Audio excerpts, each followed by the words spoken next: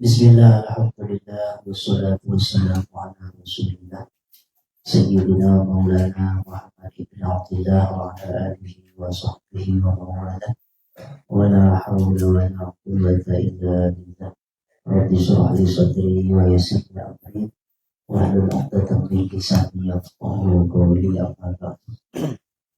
Alhamdulillah, pada malam hari kita bisa menjalani rutinitas majelis Pondok Hijrah yang kita cintai. Mudah-mudahan langkah kita menuju tempat ini dicatat sebagai amal soleh di hadapan Allah Subhanahu wa Ta'ala. Allahumma. Terlepas dari apapun motif kita datang ke sini, ingin ngopi kah, ingin bercanda, ingin gurau, ingin ketawa, apapun motifnya, tapi semuanya mudah-mudahan tercatat menjadi amal soleh di hadapan Allah Subhanahu wa Ta'ala. Ada salam dari ketua majelis kita, Ustaz Lima itu malam hari ini belum bisa gabung karena ada tamu yang tidak bisa ditinggalkan. Ada tamu yang tidak bisa ditinggalkan. Tadi beliau telepon saya dan sudah konfirmasi ke tuan rumah tadi. Bertepatan dengan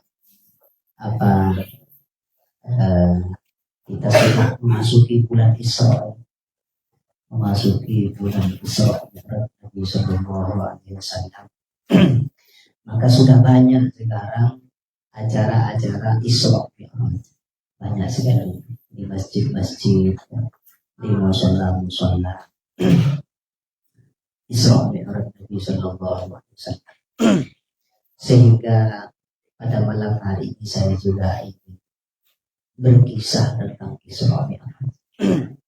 Saya tidak akan berkisah tentang perjalanan Nabi dari Masjidil Haram ke Masjidil Aqsa, kemudian naik ke langit ketujuh, kemudian ke Raf-Raf, kemudian ke Arash, ke kursi, sampai ke Hadratillah Subhanahu wa Ta'ala. Tidak, karena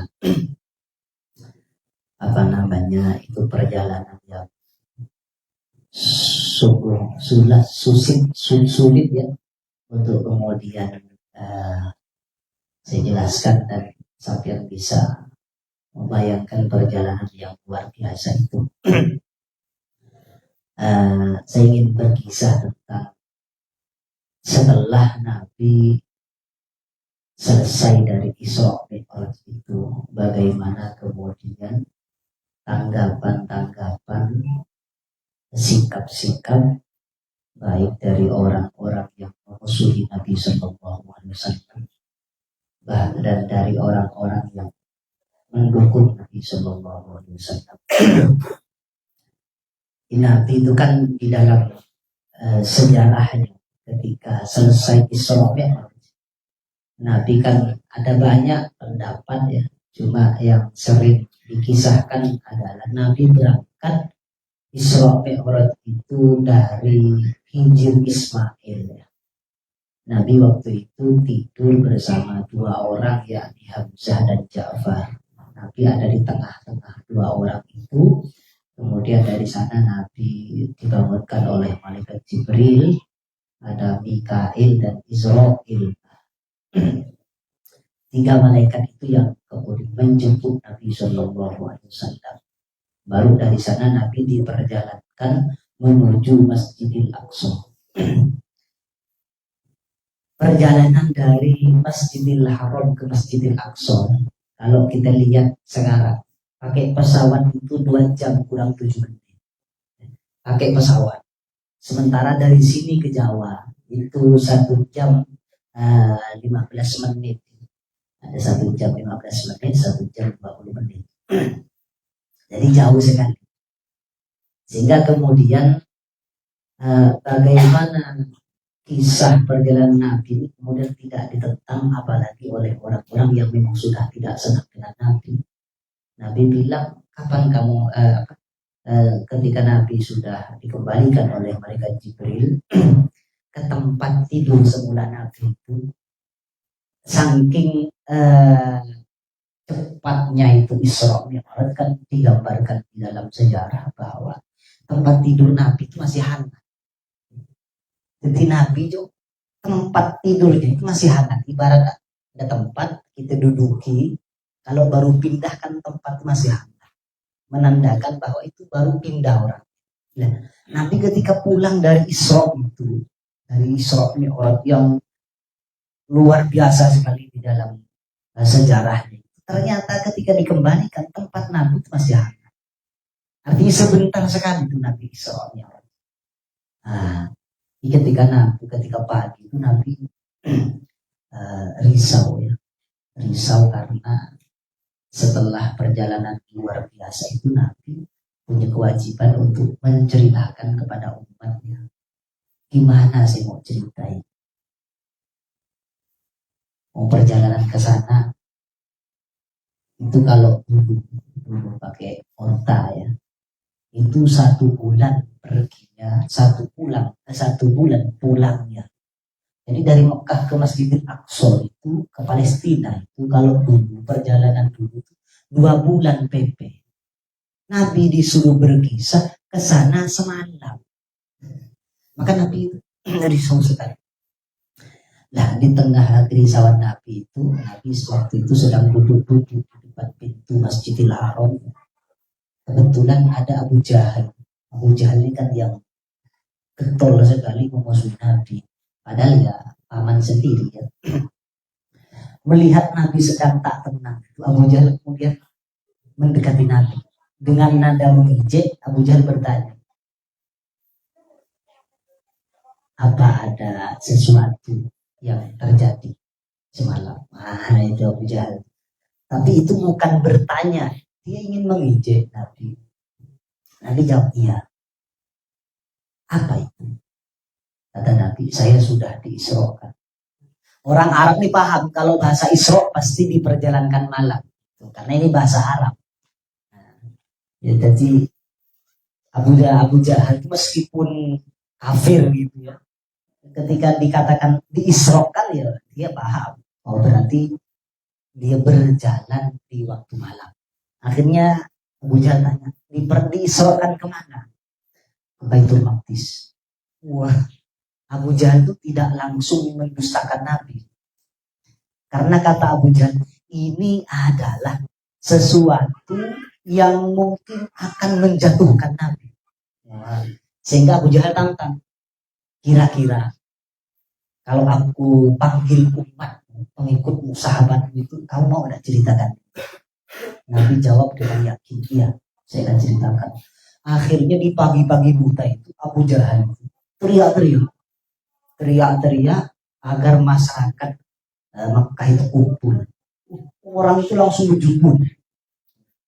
Karena tak pernah seorang pemimpin Quraisy itu, karena itu pemimpin Quraisy, Abu Jahal.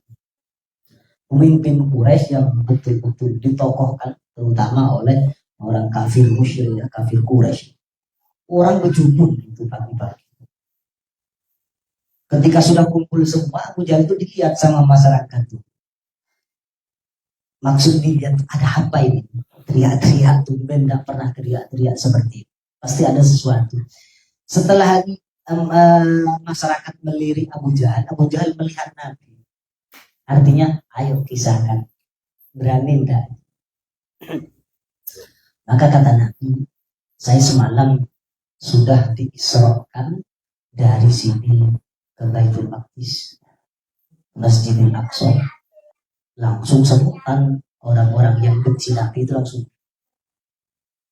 Dan sekarang sudah di sini lagi. Itu kata orang yang benci Nabi. Iya. Artinya sangat tidak masuk akal. Perjalanan 2 bulan PP, katanya semalam Masjidil Aqsa, sekarang sudah di sini. Sampai ada namanya Mut'im bin Adi, itu keluarga Nabi Sallallahu Alaihi Wasallam, langsung mengatakan, ya Muhammad, sebelumnya apapun yang kau bicarakan semuanya benar dan jujur. Tapi semenjak kamu bercerita seperti ini bercerita Isra hari ini. Sungguh kamu sudah berbuat kedustaan yang amat besar. Memang Nabi itu tak pernah bohong sebenarnya. Tapi karena cerita ini sangat amat di luar nalar, akhirnya orang-orang yang sudah meyakini Nabi tak pernah bohong tak percaya. Baru kali ini kau bohong. Maka spontan langsung Abu Bakar, sahabat Abu Bakar itu langsung berdiri dan mengatakan, wahai Mut'im, keji sekali tuduhanmu kepada anak saudaramu. Itu kata Sayyidina Abu Bakar As-Siddiq. Aku percaya kepada apa yang diceritakan Nabi Muhammad SAW. Nah itu Abu Bakar yang pertama kali percaya, Abu Bakar As-Siddiq. Yang tidak percaya bukan hanya orang kafir, orang Islam, sahabat Nabi yang imannya belum kukuh banyak yang tak percaya. Bahkan dalam sejarahnya kan tidak sedikit orang Islam itu karena peristiwa Isra Mi'raj itu banyak yang murtad. Banyak yang murtad juga. Banyak yang murtad. Karena ini suatu kejadian yang sangat tidak bisa diterimakan. Maka kemudian orang-orang yang ada di sana ini minta bukti-bukti kepada Nabi. Ya Muhammad, tolong ceritakan seperti apa itu Masjidil Aqsa. Karena masyarakat Quraisy tahu Nabi tak pernah ke sana. Sementara dari masyarakat Quraisy itu orang-orang kafir banyak yang sudah pernah ke sana. Jadi Nabi ini sudah menceritakan bagaimana bentuk bangunan Masjidil Aqsa. Nabi itu mulai bingung. Bingungnya kenapa? Karena Nabi Isra-nya kan waktu malam. Nabi tidak begitu detail dengan bentuk bangunan Masjidil Aqsa. Karena malam hari. Akhirnya Allah langsung memunculkan Masjidil Aqsa tepat di depan Masjidil Haram. Nabi itu langsung lihat langsung. Sehingga ketika masyarakat Makkah itu minta penjelasan tentang Masjidil Aqsa, Nabi gampang sekali jelaskan. Bentuknya begini, lebarnya sekian. Sampai bertanya, pintunya berapa? Nabi jelaskan, pintunya sekian, warnanya sekian, ukuran pintunya sekian. Karena Allah langsung memunculkan Masjidil Aqsa di depan Masjidil Haram di hadapan Nabi Sallallahu Alaihi Wasallam. Akhirnya kata orang-orang kafir yang tidak percaya sebelum itu langsung bilang, betul sekali apa yang kamu ceritakan. Ini Nabi ceritakan Masjidil Aqsa sangat betul, tidak ada yang salah sedikit pun. Bahkan Abu Jahal yang tadi ingin ngolong-ngolong Nabi juga bilang betul. Kriteria yang kamu jelaskan tentang Masjidil Aqsa betul sekali. Tapi ya namanya Abu Jahal. Dia kan memang tidak ingin mencari kebenaran. Tujuan dia manggil orang itu agar Nabi bisa dipermalukan. Bukan kemudian Nabi bisa jelaskan kebenaran. Tidak. Akhirnya Abu Jahal dapat ide lagi. Karena orang musafir ya kan. Pasti ada orang yang dia jumpai di perjalanan. Maka kata Abu Jahal, selama kamu berjalan dari Masjidil Haram ke Masjidil Aqsa, siapa yang kamu temui? Tadi sudah betul, tapi namanya orang tidak mencari kebenaran, mencari kesalahan, dia ngejar lagi. Masa iya kamu dari sini sampai ke Masjidil Aqsa tidak ketemu orang sama sekali? Kenapa Abu Jahal bertanya begitu? Karena dulu orang Mekah itu kan biasa ya, dagang ke Palestina, dagang ke Mesir, dagang ke sini, dan jadi banyak pasti orang berlalu lalang. Akhirnya Nabi cerita, saya bertemu dengan kabilah Bani Makhzum, kata Nabi. Saya bertemu dengan kafilah sekelompok orang Bani Makhzum.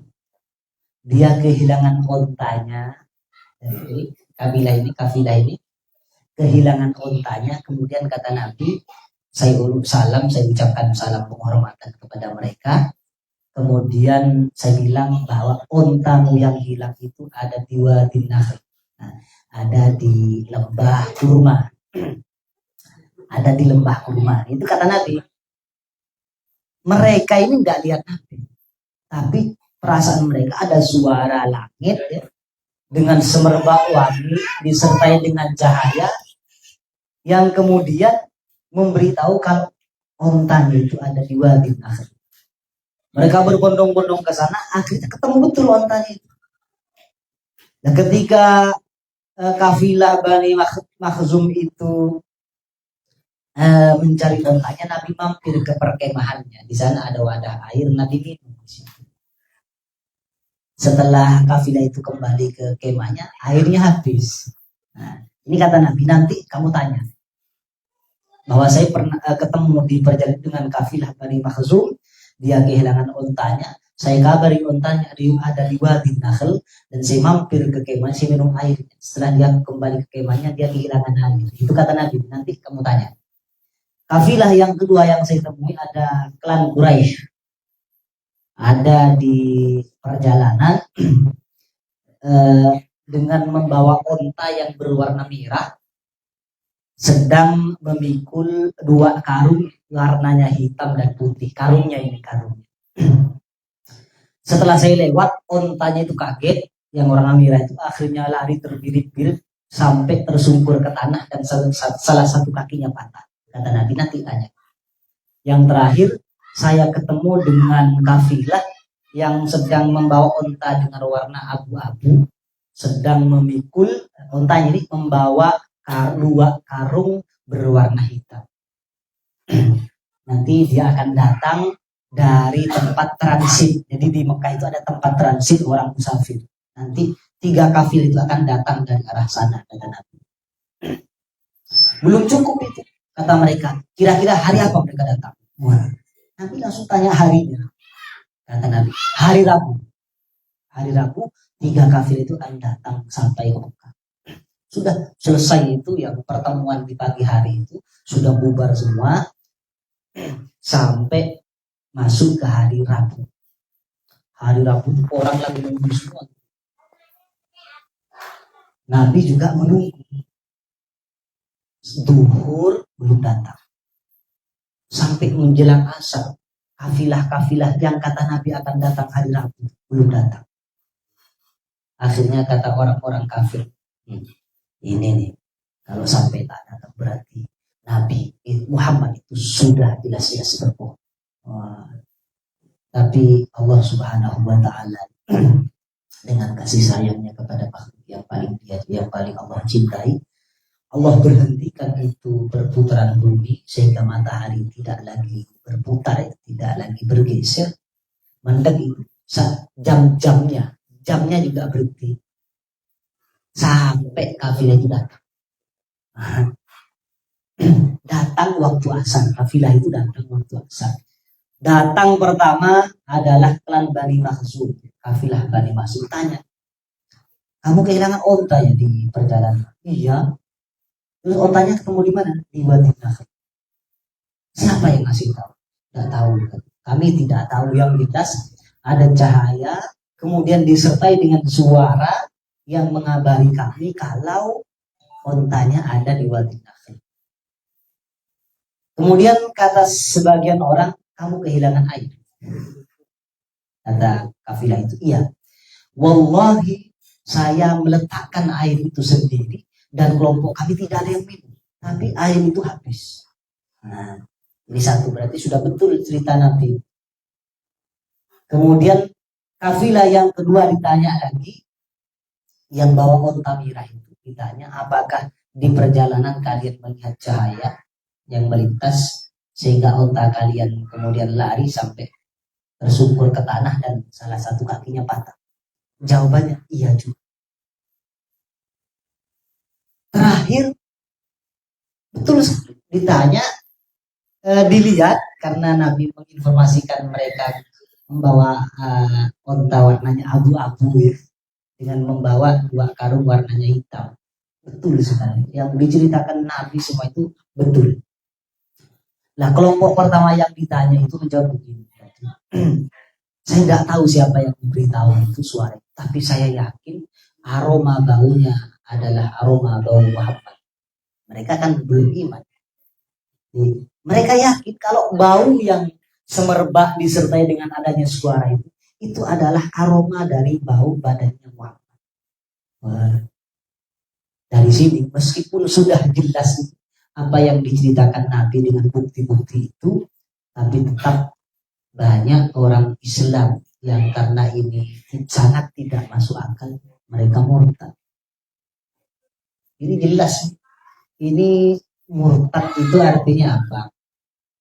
Orang kalau sudah iman artinya tidak ada jaminan untuk tidak keluar dari Islam. Ya. Bahkan orang-orang yang hidup bersama Nabi saja, masuk Islamnya di tangan Nabi saja bisa murtad. Apalagi yang sudah jauh-jauh macam kita ini. Nah, ini kenapa Nabi Isra-nya di malam hari? Kenapa Isra-nya Nabi itu tidak di siang hari? Ini sebagai bukti, memang ini ujian bagi umat manusia.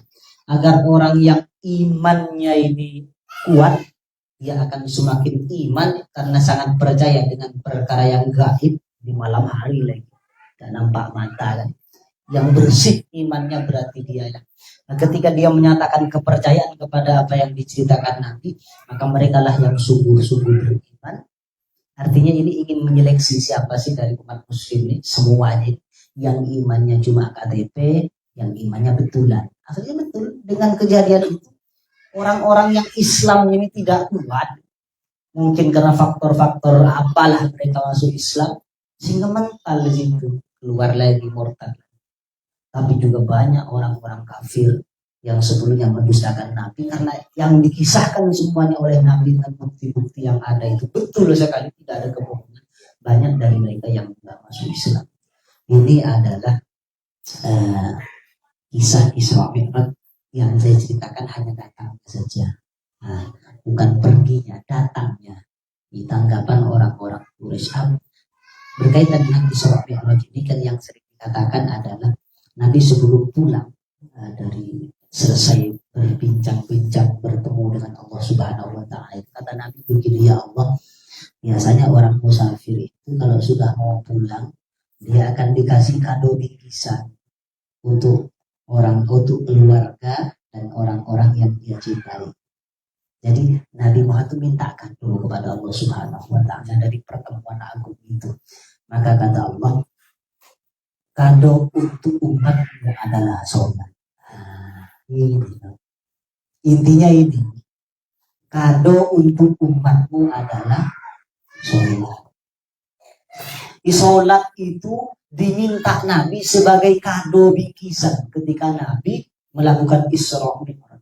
Isra Mi'raj itu perjalanan sejarah hidup Nabi yang paling luar biasa dari semua kehidupan Nabi ketika Isra Mi'raj Nabi SAW.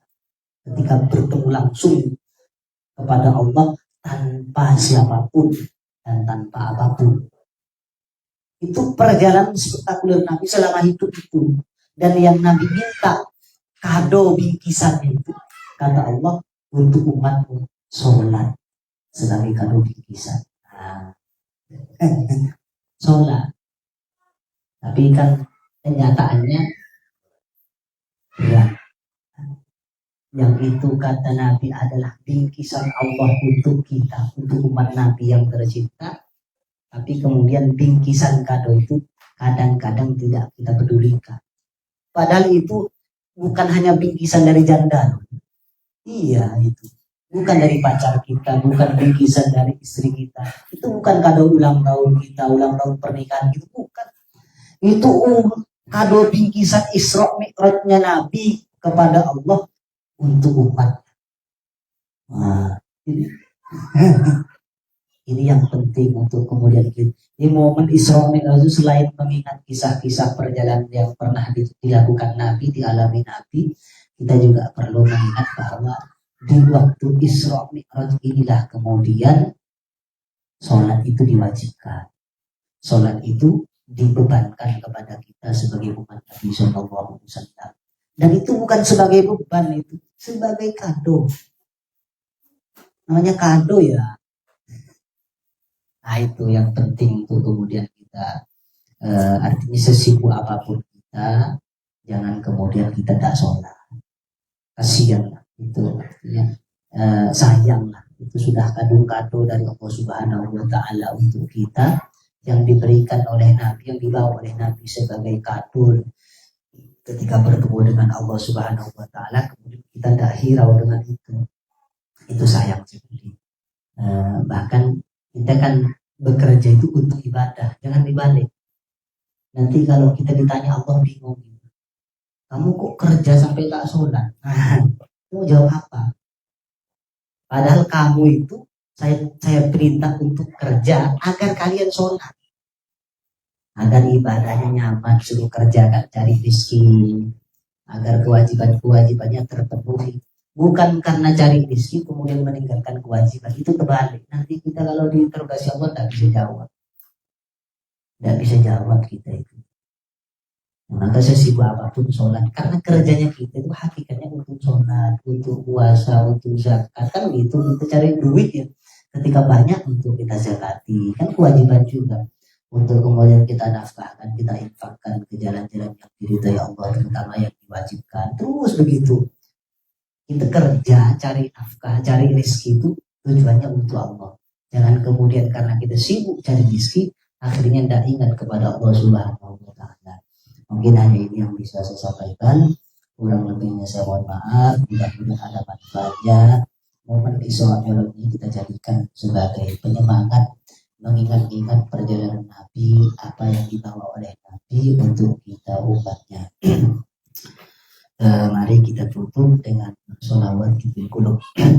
Allahumma sholli ala sayyidina Muhammadin Fil Qulubi wa dawamiha wa afiyati abdani wa shifaiha wa nuril absari wa diyaniha wa ala alihi wa sahbihi wa sallim.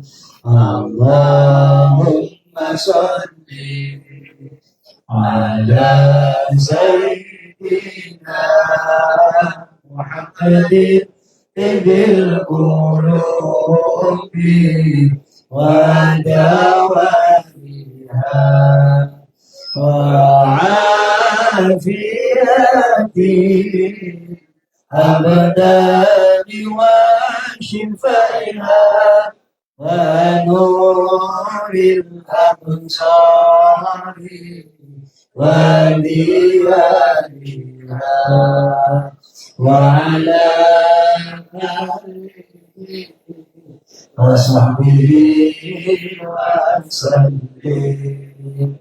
Allahumma salli ala sayyidina Muhammadin Fil Qulubi wa dawamiha wa afiyati abdani wa shifaiha wa nuril absari wa diyaniha wa ala alihi wa sahbihi wa sallim. Bismillahirrahmanirrahim. Wassalamu ala asyrafil anbiya'i wal mursalin sayyidina maulana Muhammadin wa ala alihi washabbihi ajma'in. Allahumma ij'al jam'ana hadza jam'an marhuma wa tafarruqana ibadihi tafarruqan ma'suma wa la tad'afina wa la minna syaqiyyan wa la mahruma. Allahumma ya wali ya hamid ya wadud ya mu'id ya rahim ya wadud awlina bi halalika an harami wa ridha masyadu tadrika amman siwa. Allahumma a'inna ala dhikrika wa syukrika wa husni ibadatik. Allahumma a'inna ala dhikrika wa syukrika wa husni ibadatik. Allahumma a'inna ala dhikrika wa syukrika wa husni ibadatik. ربنا ظلمنا أنفسنا وإن لم تغفر لنا وترحمنا لنكونن من الخاسرين ربنا آتنا من لدنك رحمة وهيئ لنا من أمرنا رشدا ربنا هب لنا من أزواجنا وذرياتنا قرة أعين واجعلنا للمتقين إماما ربنا آتنا في الدنيا حسنة وفي الآخرة حسنة وقنا عذاب النار وادخلنا الجنة مع الأبرار يا عز وجل رب العالمين وصلى الله على سيدنا محمد وعلى آله وصحبه وسلم والحمد لله رب العالمين الفاتحة الرحمن